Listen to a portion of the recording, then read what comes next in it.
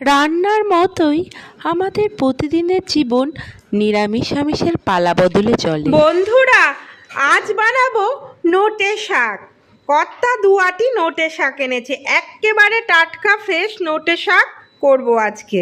প্রথমে নোটে শাকগুলো ভালো করে ধুয়ে বেছে কুচিয়ে নিলাম।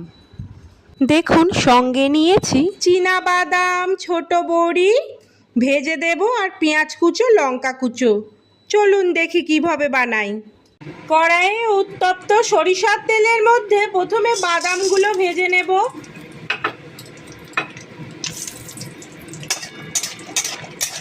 একটু লাল করে বাদাম ভেজে তারপর বড়ি দেব। বাদাম ভাজা হয়ে গিয়েছে, এবার তুলে নিয়ে বড়িটা দিই। ছোট বড়িগুলো ভেজে তুলে নেব। বড়িগুলো তুলে নিই।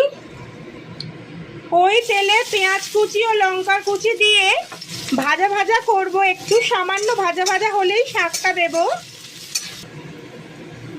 এবার শাকটা দিলাম, কুচনো শাকটা যোগ করলাম।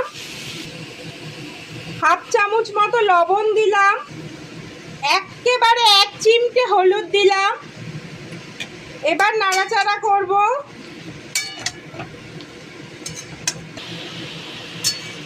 এবার শুধু ধৈর্য ধরে মিডিয়াম আঁচে শাকটাকে ভাজা ভাজা করব।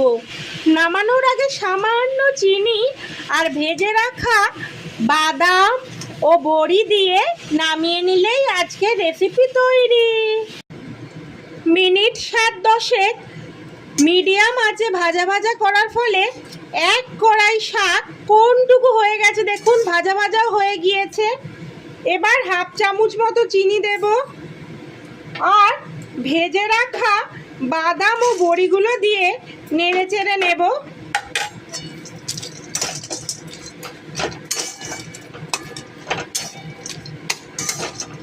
বাঙালির প্রথম পাতে একটু শাক ভাজা বেশ ভালো লাগে বলুন।